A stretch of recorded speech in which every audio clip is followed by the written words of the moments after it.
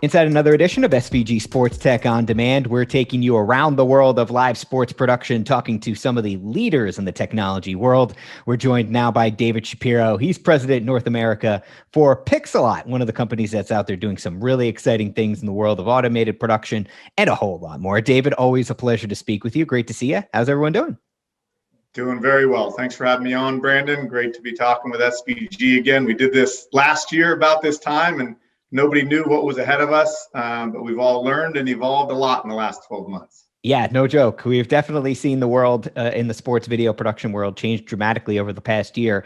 It doesn't change the fact that a lot of what you guys are seeing happen over the past year is something that you've been working on at Pixellot for quite a long time. So how have you guys adapted over the past year, and how have you kind of turned that into relatively successful 2020 and hopefully looking ahead to 2021?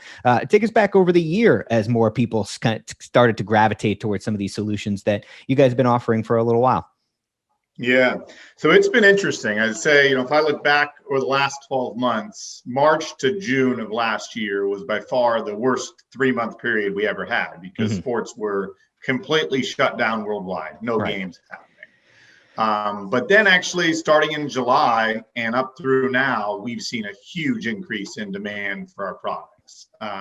So just to give you a sense for that, just in Q1 of this year, we've produced about 225,000 games. So roughly, 70,000 games per month that we're producing now. By far the largest number of live sports events out of all broadcasters combined.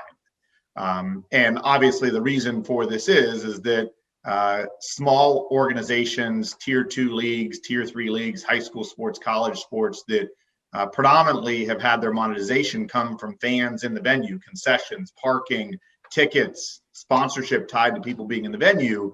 All those organizations have had to be created. They started playing before they could have fans, and even now still most leagues have some restriction on the number of fans that can be in the venue. So it's obviously increased the need for automated production, and we feel very fortunate that our business has grown through this difficult time in the world. Sure. And how have you seen your solutions and your technology grown? Any new products and features that can be spoken of, and any client wins? I know you guys recently struck a deal with the California Collegiate Athletic Association. They're using you guys for automated video capture and analysis. How are you seeing the technology evolve over this time, and what's new? Yeah, so we've got a lot of things that are new. The first thing is for baseball. Baseball is typically a very hard sport to produce. You need a lot of different angles usually and switching, etc. We just launched an automated multi-angle solution. So you've got a camera behind home plate, camera behind the center field fence. We're detecting when the bat is swung, when the ball's in play to determine when you go from a tight shot to a wider angle. So for example, when the pitch is coming in, we're behind center field, framed in on the pitcher and catcher. As the ball is hit, we go behind home plate to a wider foul line to foul line.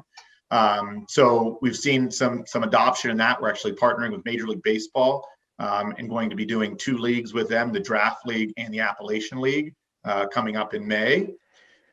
We've also launched the unit that's behind me right here, which is the Pixellot Air, which fits in one hand. It's a mobile solution that can be brought to any field. You don't even need connectivity. You can upload the content after the fact. It runs on a battery, so you don't have to plug into power or internet on site. So the combination of having a fixed solution that can be on a field, produce every game, and a mobile solution like this, we started to see a lot of interest in the marketplace. On the Pixellot Air, that mobile unit behind me, we partnered with FC Barcelona and their innovation group and are rolling it out across all their academies worldwide. We've also partnered with Sports Engine, which is the leader in registration. They're owned by NBC. They have roughly 16 million parents that interact with their platform in any given year. So they're helping us market the product to their user base.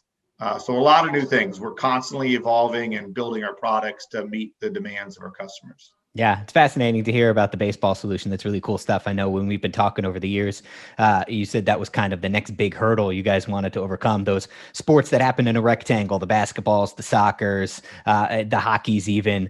You can kind of sense a rhythm to that. Baseball, softball, sports like that. When you break out of that traditional rectangle, it obviously becomes a little bit more challenging. And it's fascinating to hear about how the AI just continues to get smarter and smarter when it comes to analyzing these sports.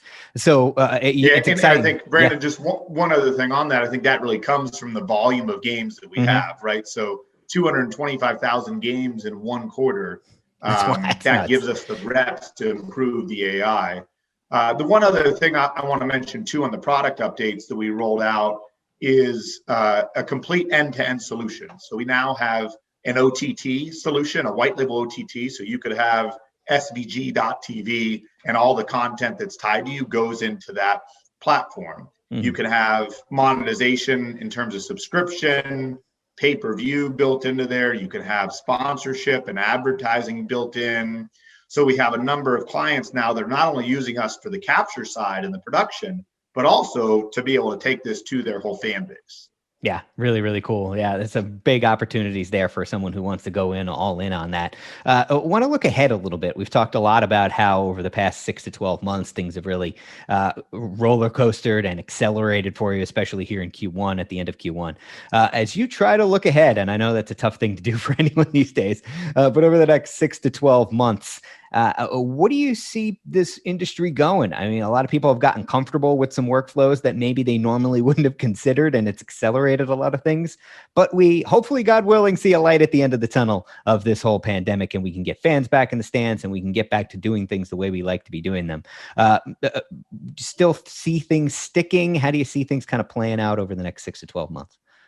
Yeah, I mean, I do think it's going to stick. The way I see this is that we're really training a new mindset and way of doing business for both the business side of this, the production companies, the rights holders, but then also the end user, the fan that's consuming content. So we've had to adopt these new things over the last 12 months, and fans are already starting to get back in venue, right? In Texas, you see, for example, the Rangers are having full capacity at their games.